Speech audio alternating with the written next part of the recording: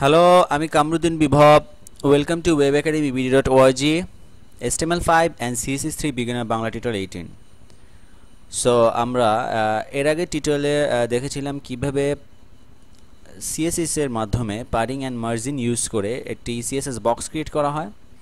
So আমরা এই টিউটোরিয়ালে বেশি কিছু দেখব না, ক্লাস ইউজ করে কিভাবে CSS এ কাজ করা হয়। দেন আমি কি ছোটোখাটো CSS এ কিছু কাজ দেখাবো। সো নোটপ্যাডে চলে যাই আমি। ওকে, আমি দুটি হেডার ট্যাগ নিই, h1, this is header 1 and then control D, copy that, this is 2. ওকে, এই দুটিকে আমরা এর আগের বার কি করেছিলাম, style.css এ আমরা style.css এ আমরা সাপোজ আমি এটির কালার চেঞ্জ করব। হ্যাঁ, এটাকে কি করেছিলাম আপনাদের অবশ্যই মনে আছে হয়তো বা h1, আমরা h1 ট্যাগটিকে যখন আমরা চেঞ্জ করব, h1 ট্যাগটির কালারটি h1 ট্যাগটিকে ধরে কালার চেঞ্জ করব। দেন হ্যাশ 666, ওকে। দেন আমি আগে থেকে ওপেন করে রেখেছিলাম, দেখেন কালার চেঞ্জ হয়ে গিয়েছে। ওয়েট দি। সো এভাবে আমরা CSS এ কাজ করে আমি আপনাদের দেখেছিলাম। এখন আমি দেখাবো কিভাবে ক্লাস ইউজ করে আপনি করতে পারেন। এখন দেখেন, আমার একটা ওয়েবসাইটে এরকম হেডার অনেক থাকতে পারে, বা দেন এই দুটো পিও হতে পারে, প্যারা ট্যাগও হতে পারে। সো আমি একটি প্যারাকে ধরে যখন CSS এ কাজ করতেছি, প্রত্যেকটা প্যারা চেঞ্জ হয়ে যাবে বা প্রত্যেকটি হেডার চেঞ্জ হয়ে যাবে। সো আমি তো অবশ্যই চাইতে পারি যে আমার উপরের হেডারটি একটি কালার হবে, নিচের হেডারটি একটি কালার হবে, দুইটা ডিজাইন সম্পূর্ণ আলাদা রকম হবে। এখন কি করবেন, আপনি হেডার ধরলে তো একই একই একই হয়ে যাচ্ছে, আপনি h1 ধরে যদি CSS এ কাজ করেন, দুইটাতেই চেঞ্জ হয়ে যাবে। সো ভিন্ন ধরনভাবে কাজ করার জন্য যেটি ক্লাস ইউজ করা। সো আমি ক্লাস ইউজ করে আমি আপনাদেরকে দেখাচ্ছি। এখন আমরা এখানে একটি অ্যাট্রিবিউট নেব, অ্যাট্রিবিউটটি ক্লাস ইকুয়াল টু। এখন এখানে কি করবেন, ক্লাস ইকুয়াল টু এখানে কি লিখতে হবে অবশ্য। হ্যাঁ, এই ক্লাসের মধ্যে আপনি আপনার মন মতো যা ইচ্ছা তা লেখেন। যেমন আমি আমার নাম লিখতে পারি বিভব, বা আমি এটাকে রেড কালার করব, সো রেড। দেন এই ক্লাসটির মধ্যে আমি নিব ক্লাস ইকুয়াল টু, এটাকে করব সাপোজ ধরেন ব্লু কালার করব। সো আমি দুটি হেডারে দুটি ক্লাস ধরলাম, মানে আমি যখন এই দুটি হেডারকে আলাদা আলাদা করে কাজ করব, তো দুটির একটি নাম ধরলাম। আমি আপনাদেরকে অন্যরকম ভাবে বুঝাই যে দুটির নাম ধরলাম, যে যার নামে যে কাজটি করব তাকেই এক্স্যাক্টলি শো করবে। সো আমি ক্লাস রেডে, আমি যদি ক্লাস রেড ধরে আমি কোনো CSS এ কাজ করি, এটা চেঞ্জ হবে, ব্লুতে তো আর চেঞ্জ হবে না। সো আমি আপনাদেরকে সিস্টেমটা দেখাই এখন। সো সো আমি এখন ক্লাস ধরবো ডট। আমি কি নাম দিয়েছিলাম, রেড। সো আমি ডটটি ধরেছি এই ক্লাসের জন্য, দেন ডট রেড। দেখেন ক্লাসের অন্যরকম একটা কালার হয়ে গিয়েছে। সো একই সিস্টেমে, ওকে।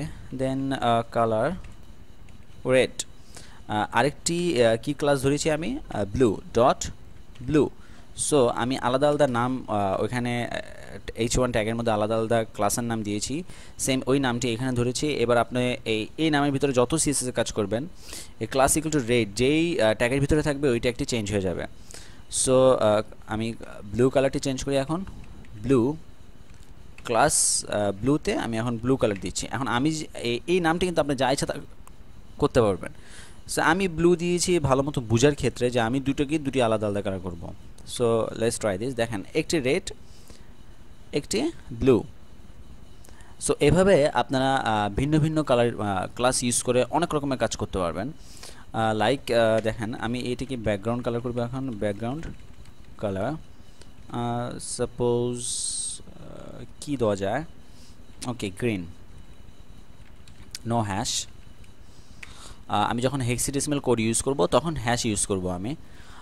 এভাবে green, red, pink, yellow, lime, অনেক রকমের নাম আছে, আপনারা গুগলে সার্চ দিলে পাবেন।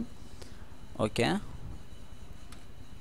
দেখেন একটা ব্যাকগ্রাউন্ড কালার বসে গিয়েছে, তো এটাতে হয় নাই বিকজ আমি এই ট্যাগটিতে ক্লাসিক্যাল রেড ধরেছি আর আমি রেডের মধ্যে সিএসএস এর কাজটি করেছি, তাই চেঞ্জ হয়েছে। সো আমি আপনাদেরকে জানি না কতটুকু বুঝাতে পারলাম, আমি ক্লাসের কাজটি বুঝিয়েছি। ছোটোখাটো কিছু আমি আপনাদেরকে সিএসএস এর কাজ করিয়ে দেখাই, যেমন আমি পুরো হোল ওয়েবসাইটে ব্যাকগ্রাউন্ডটি চেঞ্জ করব। সো এর আগে আমরা কী করতাম, ব্যাকগ্রাউন্ড কালার চেঞ্জ করে বডি ধরতাম, বিকজ আমি বডির মধ্যে ওয়েবসাইট পুরোটা। সো বডিতে ব্যাকগ্রাউন্ড কালার দিতাম, ব্যাকগ্রাউন্ড কালার ধরেন ব্লু দিলাম। ওকে, ব্যাকগ্রাউন্ড কালার ব্লু। ও এটার সাথে মিশে গিয়েছে বিকজ ব্লু দুটো একই হয়ে গিয়েছে। সো ব্যাকগ্রাউন্ড কালার ব্লু ধরলাম। তো আমি আরেকটি ওয়েতে এই কাজটি করতে পারি।